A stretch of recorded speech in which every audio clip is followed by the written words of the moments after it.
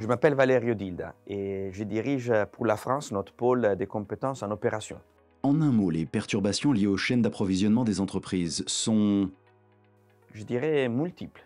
Déjà, il y a tous les phénomènes physiques, comme les récentes inondations en Europe, qui amènent à des problématiques des livraisons et des logistiques et à des surcoûts pour les entreprises qui doivent trouver des formes alternatives pour amener leurs produits à leurs clients. À cela s'ajoutent des facteurs géopolitiques qui, par exemple, peuvent avoir pour conséquence l'augmentation des tarifs douaniers.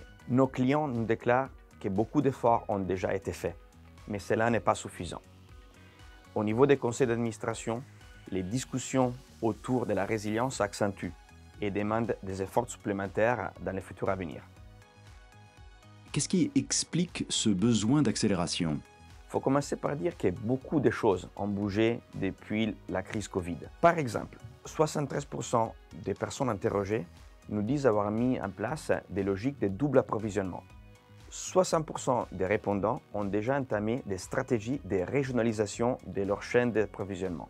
Et 2/3 des entreprises ont démarré un programme de digitalisation de leur flux de planification à l'aide de Advanced Planning Systems.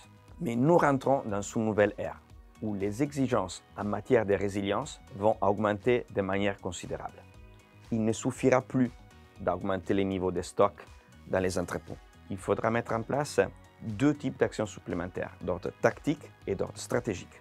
Au niveau tactique, il faudra repenser la gouvernance et les processus de décision de la planification intégrée. Et au niveau stratégique, il faudra repenser les networks industriels et de distribution des marchandises. Et tout cela à une vitesse et un rythme accru. Quels sont les principaux défis que l'on observe sur la chaîne d'approvisionnement? On observe trois défis principaux. Un lié à la visibilité et à l'optimisation des flux. Le deuxième lié à la mise en conformité à des réglementations, par exemple environnementales, croissantes. Et le troisième lié à la pénurie de talents pour gérer tout cela. Concernant la visibilité des chaînes d'approvisionnement, la grande majorité des entreprises s'est dit satisfaite de la connaissance des fournisseurs de rang 1.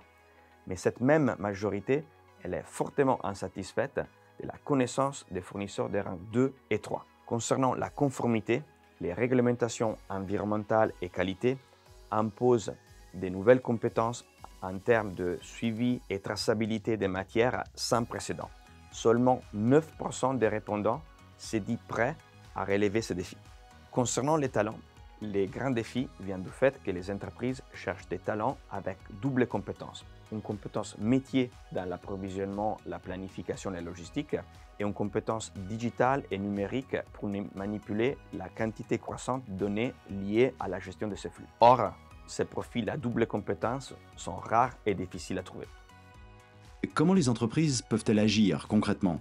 La gouvernance de la supply chain doit évoluer sur plusieurs dimensions. Elle doit devenir plus intégrée, elle doit être capable de mieux anticiper des scénarios futurs, elle doit être capable d'accélérer en cas de choc de demande ou supply et surtout d'optimiser les choix d'ordre tactique et stratégique. La maîtrise de la technologie et des données est indispensable, à la fois pour améliorer la visibilité sur la supply chain intégrée, pour améliorer la maîtrise des risques et l'optimisation économique des décisions de planification. Comme évoqué, tout cela serait impossible sans un niveau accru des compétences et des talents hautement qualifiés, avec à la fois des compétences techniques et des leadership humaines pour embarquer l'ensemble des fonctions d'une organisation. À parité des secteurs industriels, les entreprises qui maîtrisent ces trois facteurs de succès démontrent une performance financière supérieure à la moyenne des 2 à 4 points en termes de marge sur revenu.